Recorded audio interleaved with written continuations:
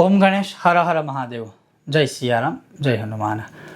कलयुग केवल नाम आधारा, जपत निरंतर उतरे सिंधु पारा।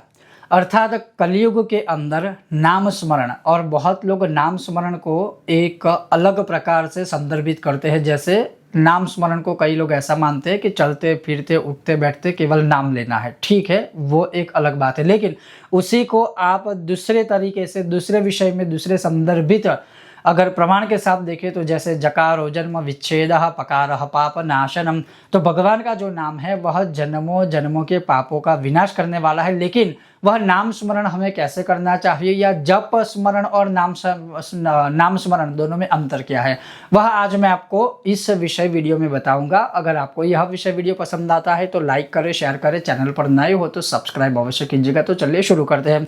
तो जैसे तुलसीदास जी कहते हैं कि मंत्र जाप मम दृढ़ विश्वासा। तुलसीदास जी कहते हैं कि कलयुग केवल नाम आधारा, जपत नर उतरे सिंधु अति पारा। और उसी प्रकार से दूसरी भी थोड़ी चौपाई है जिसमें थोड़े से शब्द भेद है। और संस्कृत में लिखा है कि जकारो जन्म विच्छेदः पकारः पाप नाशनम। अब ये तीनों चीज़ों का, हमारे शास्त्रों के बहुत सारे प्रमाणों का मूल तात्पर्य आप निकाले तो वही है कि जन्मों के पापों का जो नाश करे उसे कहते हैं जप। अब मूल तरीके से जो समझने की आवश्यकता है कि नाम स्मरण और जप स्मरण या जप, उसमें अंतर क्या है। तो नाम स्मरण की बात क्या है, तो हमारे जितने भी ऋषि मुनि हो गए, हमारे जितने भी, मानिए कि जैसे भगवान के भक्त हो गए, जो सही में सच्चे भक्त और साधु संत हो गए, तो उस देश काल, उस समय में जब उन लोगों को संस्कृत या मतलब मानिए कि शास्त्रों का ज्ञान शायद नहीं था, तो वह केवल, जैसे मैं आपको एक बता दूं, राम एक ऐसा नाम, राम नाम एक ऐसा नाम कि बिना मंत्र किए सिर्फ राम राम करने से भी मनुष्य तैर जाता है। उस विषय में हमने पहले बहुत बात की है।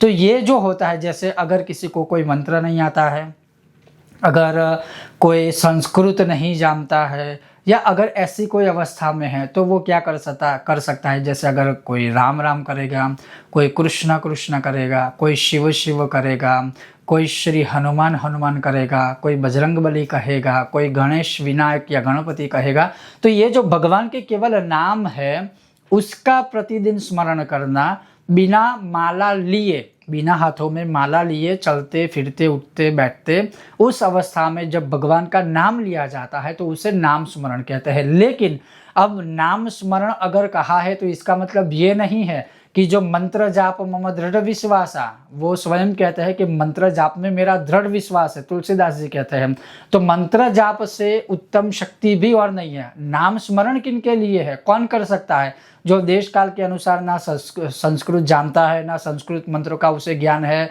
तो ऐसी अवस्था की बात है। लेकिन जब हम जानते हैं कि हमें तो ये बोलना आता है कि ओम गं गणपतये नमः, ओम नमो भगवते वासुदेवाय, नमः शिवाय, ओम नमः शिवाय, ओम नमो नारायणाय, ऐं ह्रीं क्लीं चामुंडाय विच्चे श्रीं गम, जब हमें ये बोलना आता है, आ रहा है, तो फिर हम ये बहाना ढूंढे कि हम अपने इष्ट देवता का मंत्र जाप ना करके सिर्फ नाम स्मरण करें, तो ये चीज़ गलत है। नाम स्मरण आप कब करें, कि जैसे अगर आप भगवान के सामने बैठते हो, अपने इष्ट देवता, मैं उदाहरण आपको दूंगा कि अगर गणेश जी मेरे इष्ट देवता है, तो मैं प्रातःकाल अपना नित्य कर्म करने हेतु भगवान के सामने गौ माता के घी का दिया प्रज्वलित करके बैठ जाऊंगा, और मेरे इष्ट देवता की 3 मंत्र की माला करूंगा हाथों में लेकर, जिसे हम जप कहते हैं।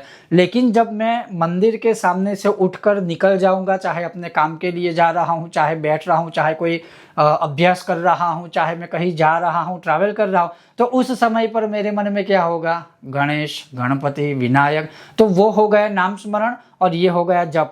हाथों में माला लेकर भगवान के सामने बैठकर, या भगवान के मंदिर या किसी पवित्र स्थल पर बैठकर मंत्र का स्मरण करना, उसे बोला जाता है जप। लेकिन बिना मंत्र के ज्ञान के, बिना संस्कृत के ज्ञान के, बिना हाथों में माला लिए जब केवल नाम बोला जाता है तो उसे कहा जाता है नाम स्मरण। जैसे हम कहते हैं ना, राधा राधा नाम जपत है, तो ठीक है, आप अगर कुछ नहीं आता है तो राधा राधा नाम जपते हैं, आप नाम जपते रहिए। लेकिन जब आपको नॉलेज है, जब आपको नॉलेज है कि राधा जी का मंत्र भी है, राधा जी का स्तोत्र भी है, तो हम एक बार उनके सामने बैठकर क्यों मंत्र जाप या स्तोत्र पाठ नहीं कर सकते, वो भी तो करना चाहिए।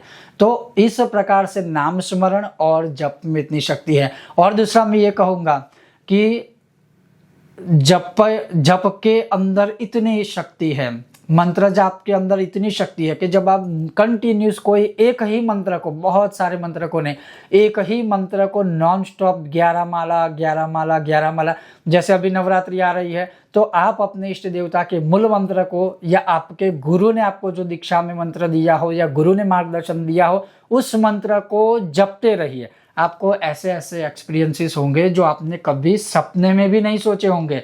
तो वही शक्ति तो आपको धीरे धीरे करके सिद्धियां प्रदान करती है, वही शक्ति आपको प्रसिद्धियां भी प्रदान करती है, वही शक्ति आपको श्री भी देती है, वही शक्ति आपको हर एक प्रकार से बहुत बहुत अलग प्रकार की आपकी कामनाएं भी पूर्ण करती है।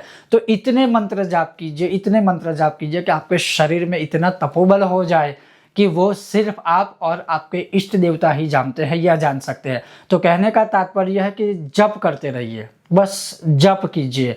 यज्ञ, मंत्र जाप, ये सारी चीज़ें हैं वो इस कलयुग का सबसे बड़ा आधार है। जब आप स्वयं निराधार हो जाते हैं हर एक प्रकार से, तब एक ही आधार होता है और वो है भगवान का मंत्र, और इम्पॉसिबल को भी पॉसिबल बनाता है।